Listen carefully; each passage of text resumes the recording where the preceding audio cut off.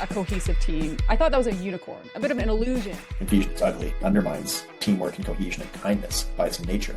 My first kick of the cat, if that's the phrase, Kick of the can. was Yeah, I hope you don't kick the cat. Don't kick the cat. We're animal lovers.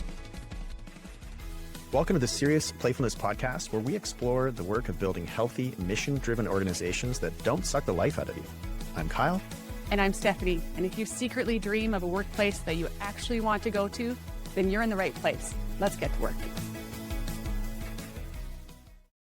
Welcome to the podcast. Today we're going to talk about being really clear about things like values and defining what we mean. And a little forewarning, we might get a little political in this episode, so you're welcome to join our thoughts on a few matters. This was prompted by hearing Mark Carney, our Prime Minister's acceptance speech. I think it was the night of the election, in which he talked about three, what he called Canadian values: unity, humility, and ambition. And first, a little friendly critique about the concept of values. It's not, what's the word, I guess, authentic. Let's take an issue. So on the issue of abortion, so we want to defend the unborn. You can't talk about that de facto in our current government system. And so to say we have unity but not allow that discourse, we have contradictory ideas on something. There's not unity there. and nor is there tolerance, ironically. Yeah. He also used the term ambition. And this one is interesting. I suppose part of it's good is that we want to strive for things and make improvements. But, well, a couple of things. Canadian productivity, I'm told, is not great, measured by various ways. And also, ambition for its own sake, empty of principles and not honoring of principles, is, I would say, dangerous. Like, ambition towards what and for what purpose? We don't want to become like God. There's only one God. I'm not him. I want to actually be of service to him in a driven way, yes, but ambition untethered from something else also is one of those buzzwords that I am a little bit uncomfortable. Yes. And wouldn't it be lovely if words like that were then followed up by actions of true unity, especially in a country like ours that is so diverse, ethnically, ideologically? There's many factors that create diversity. And wouldn't it be beautiful if there was a way to create true unity? And then those words would be exciting to hear in a speech. And wonderful, use them. And I think, well, I mean, that's a political setting, but also in the business setting, I'm sure we all have experiences where a business, has plastered some sayings and values up on a wall, and yet the employees or the customers are like, you got to be kidding me. That's not what we experience here. hmm Yes, so getting into the use of values organizationally, be it in a business or nonprofit, I think the best way is to clarify what the personality of the organization is like. What is the culture of the organization? And specify that we're not trying to talk about strategy or what we hope to be, but Mhm. truly what we are. And one way I like to describe this is that I had a friend many years ago in high school who his father was from India and his mother had learned to cook Indian food. And when you would go and visit their home, they had thick carpets, I think shag carpets. And so you'd open the door, walk through the front door, and you would get hit with this very strong smell of Indian cooking, curry, etc. Yes. So that household had a unique smell, and it was neither good nor bad. It was morally neutral. So I think we would say one takeaway is if you're defining your values, don't get into moral principles. That should be done somewhere else. And Mm. that's our critique of Mark Carney's use of them, is that there's a sort of undefined mashing of moral principles and characteristics of an organism that aren't moral. So use them for what is the organism or organization like? So it's distinct from moral principles. Do that elsewhere. Back to my friend's house. They had this smell of Indian food. Let's just call it a curry smell that was unique and it was good. By analogy, organizations have a smell. Mm. There's a kind of feel in who they are, how they operate, how they think, what the culture, what the ambient environment is like. And defining that is really helpful because what it does is It helps you know, in particular, who's going to fit with you when you're recruiting people and hiring people. And also, it helps you to repel people that won't fit that you might otherwise hire. And it should reduce the need to also have to correct a lot of behaviors on people because hopefully they never came in the door anyway. Right. We have we have a client, for example, that prizes the characteristic of being scrappy, which they define by looking at their who they are, their history. And what they mean by that is that they do challenging things in their work and you get beat up. You get some scuffs and some bruises and some scratches. And the point of clarifying that is A, it's true, and B, it helps the employees recognize what they're signing up for before they even come into the door. Mm. And it's very, very useful. And now walk me through this process of the smell. Tell me more. The smell of an organization? Yes, so you should have your employees wear deodorant because Good. otherwise no one's going to want to work for you. And bring curry for lunch. I think that was the takeaway. Yeah, yeah. By the way, did I tell you, did we talk about one time I had to, or I guess I had to, I decided to tell someone that there was body odor in Oh work? my. Yeah, that's a bit of a digression, but that's on the topic of feedback, and maybe we'll go there some other time. Yes, back to the smell of the organization. It's an analogy for what is it about you that you wouldn't even necessarily recognize because you're in the system, but Mm. is unique and good, that is discernible, and that then can inform being really clear to help you act and to operate, and in particular to hire people, volunteers or staff, and make sure And it's distinct from undefined moral philosophical principles, which is our critique with our prime minister's speech. By the way, we wish him well. We hope we're wrong in some of our concerns. We're showing our political leanings. We are wary that it's going to go well, and we're concerned about the use of language in an unclear way. But we pray for him, and perhaps we'll be surprised. Yes, yes. Stephanie. And I'm trying to put my mindset into that of a leader who's listening to this and might feel guilty that they too have, 32 values on a wall somewhere. Mm, What values picked up in the business arena? Everyone just went and picked some out of the dictionary. And right. what you're suggesting is they should be more evident, self-evident already in the culture. So if you were to assess, like sit as a fly in the wall in your organization and Yes. say, what's the smell here? What is evident here in a sense of values that, yeah, that as you said, are good, that are working, that are helping the culture here, and capture those as kind of your pillars of values. Yes. Yes. Yeah. It's what Lencioni calls core values.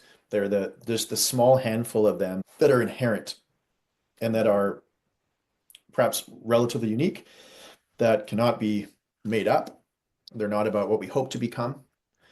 And also, they're not strategic ideas or about where, yeah, they're not strategic points. They are characteristics of the sort of collective personality. By the way, why not have the list of 30 which mash those categories together? Because it's It's just not, ridiculous. yeah, it's not very helpful.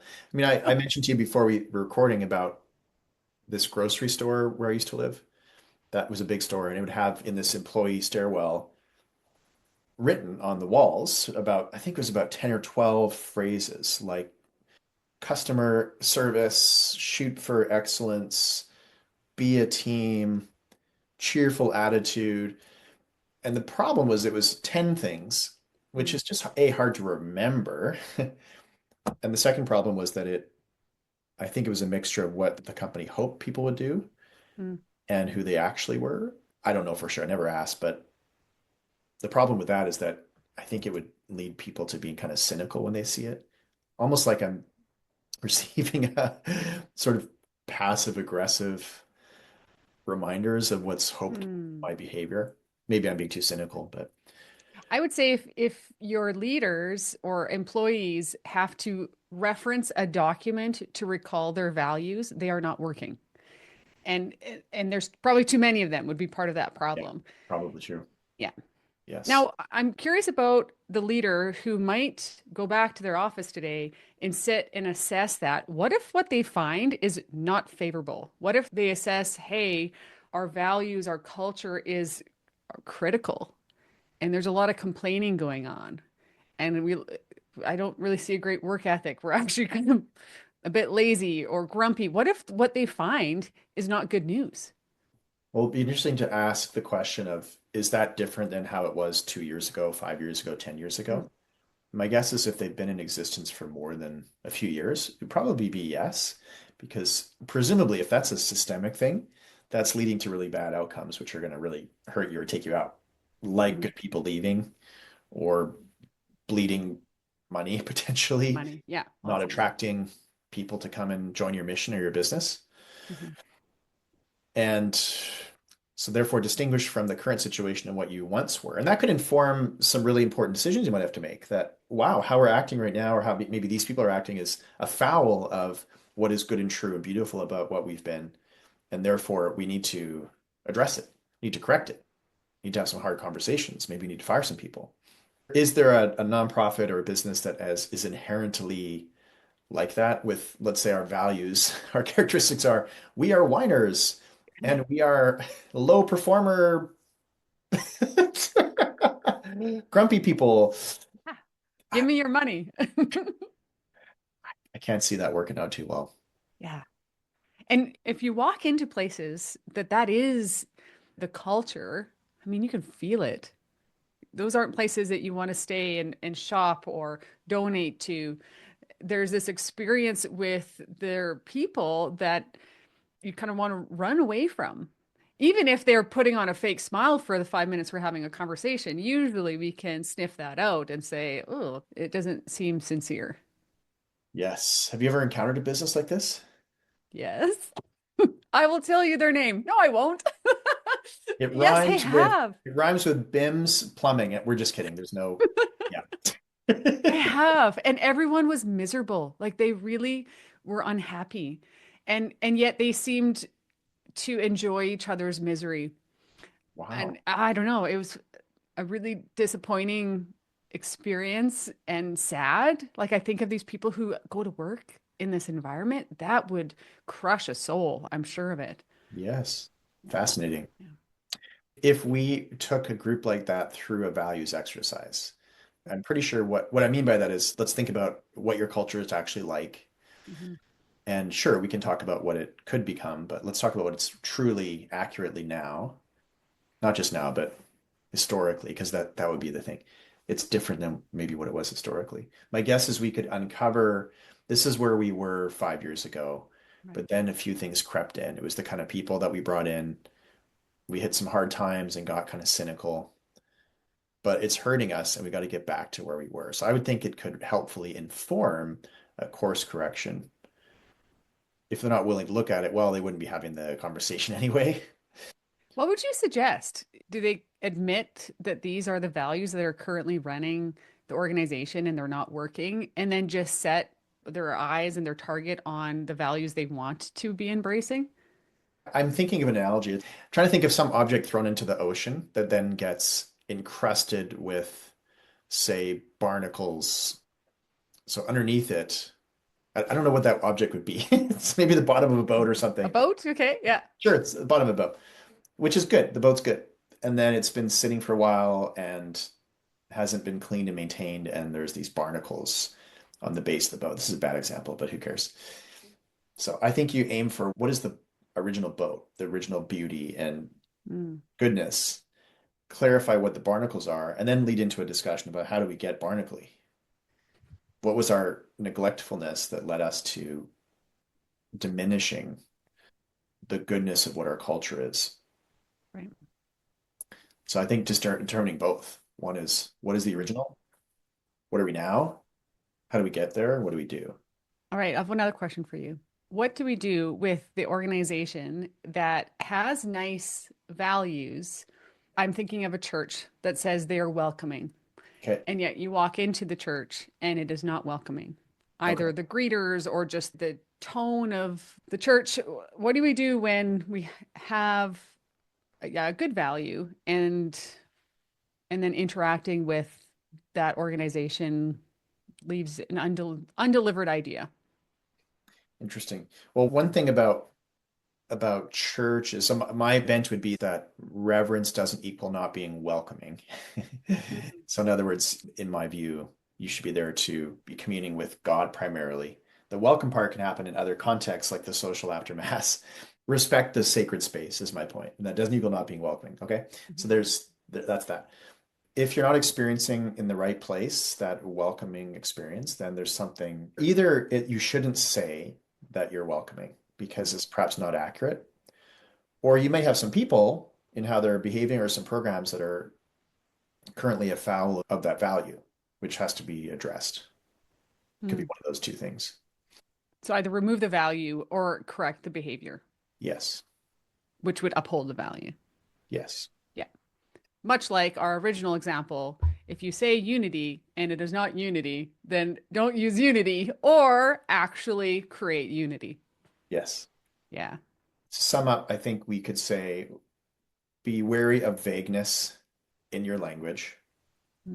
If your language around who you are as an organization is either not true or not clear, then either change the language or address those things that actually are afoul of the language. And also don't try to mash together philosophical principles and strategic ideas and what the, if you will, personality of the organization is. Distinguish those things. Otherwise, it's confusing. And then use the clarity that you discover to guide you and to help you. And some simple examples would be in particular to help inform hiring people. Back to the scrappy example, hire people that are scrappy, find out that they're scrappy before they're offered roles, and let that clarity help you be more effective. Thank you for joining us on the Serious Playfulness podcast. If this episode gave you something to think about or try, please share it with someone else who needs to hear it. And you can check us out at teamwork.ca, 2 E's in team.